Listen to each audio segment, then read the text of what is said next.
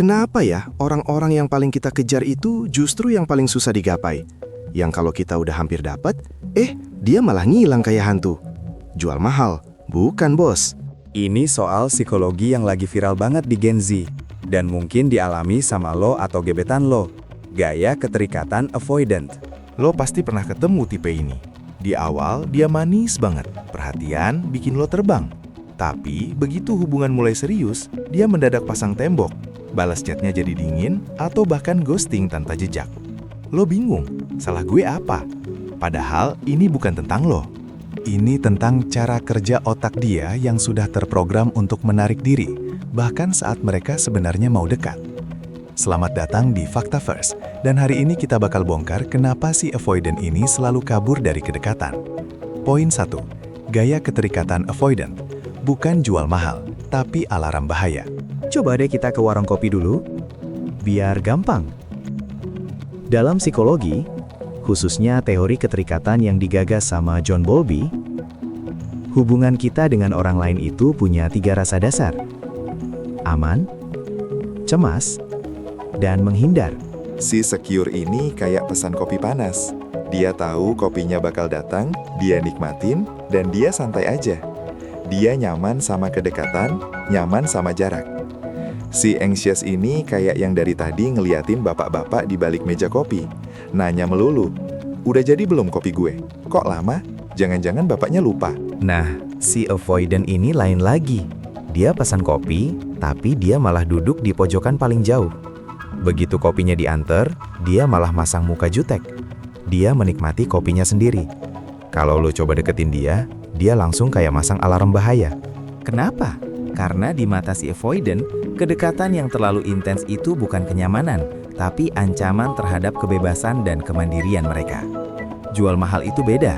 Jual mahal itu strategi sadar untuk menaikkan nilai tawar. Si avoidant ini nggak jual mahal. Mereka secara bawah sadar meyakini bahwa kalau mereka bergantung sama orang lain, mereka akan kecewa atau ditinggalkan. Jadi, sebelum lo ninggalin dia yang harusnya duluan ninggalin lo. Itu self-protection atau perlindungan diri, bos, bukan drama. Poin 2. Akarnya di masa kecil. Dulu dipaksa mandiri, sekarang takut terikat. Bayangin gini, lo masih kecil, jatuh dari sepeda, nangis. Lo butuh dipeluk, ditenangkan. Tapi respons yang lo terima adalah, udah jangan cengeng, kamu kan anak kuat, berdiri sendiri. Atau, mama lagi sibuk, kamu main sendiri dulu ya. Orang tua mereka mungkin peduli, tapi responsnya tidak selaras dengan kebutuhan emosional anak saat itu. Pesan yang diterima si anak saat itu keras. Kebutuhan emosionalmu itu mengganggu orang lain. Saat kamu butuh orang lain, mereka nggak ada. Satu-satunya orang yang bisa kamu andalkan, ya cuma dirimu sendiri. Seiring waktu, otak si anak ini membentuk mekanisme pertahanan diri yang ekstrim. Mandiri sempurna. Inilah paradoksnya. Di lubuk hati terdalam, mereka mau cinta dan koneksi. Karena itu sifat dasar manusia. Tapi, setiap kali kedekatan itu datang, suara lama di kepala mereka teriak, "Bahaya, kamu bakal terluka, mundur sekarang juga." Jadi, dia menarik diri. Bukan karena dia nggak suka lo, tapi karena dia takut lo akan mengaktifkan trauma masa lalunya. Poin 3. Strategi deaktivasi Gen Z. Ghosting, situationship, dan cari-cari kesalahan. Gaya avoidant ini makin viral di Gen Z karena didukung oleh kultur dating modern yang serba cepat dan gak terikat. Kenalan gampang, pisah juga gampang. Ini surga buat si avoidant. Ketika hubungan mulai terasa nyata atau serius, si avoidant akan mengaktifkan apa yang disebut para psikolog sebagai strategi deaktivasi keterikatan. Ini bukan rencana jahat, tapi serangkaian perilaku bawah sadar yang tujuannya cuma satu, menciptakan jarak. Gimana bentuknya strategi ini di dunia Gen Z?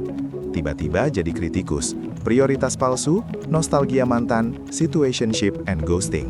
Penting lo ingat, sikap dingin mereka, ghosting mereka, dan penarikan diri mereka itu adalah pelampiasan rasa takut, bukan penolakan pribadi terhadap lo. Sekarang, lo udah tahu rahasia psikologi di balik si avoidant yang viral ini. Kalau lo ngerasa naskah ini relate banget sama kisah cinta lo, atau lo justru yang sering tiba-tiba menghilang, komen di bawah. Gaya keterikatan apa yang paling lo rasakan? Apakah lo avoidant, anxious, atau justru secure? kasih tahu fakta first, biar kita bisa lanjut bahas lebih dalam lagi di video berikutnya. Jangan lupa like dan subscribe biar lo nggak ketinggalan fakta psikologi mind-blowing lainnya. Sampai jumpa!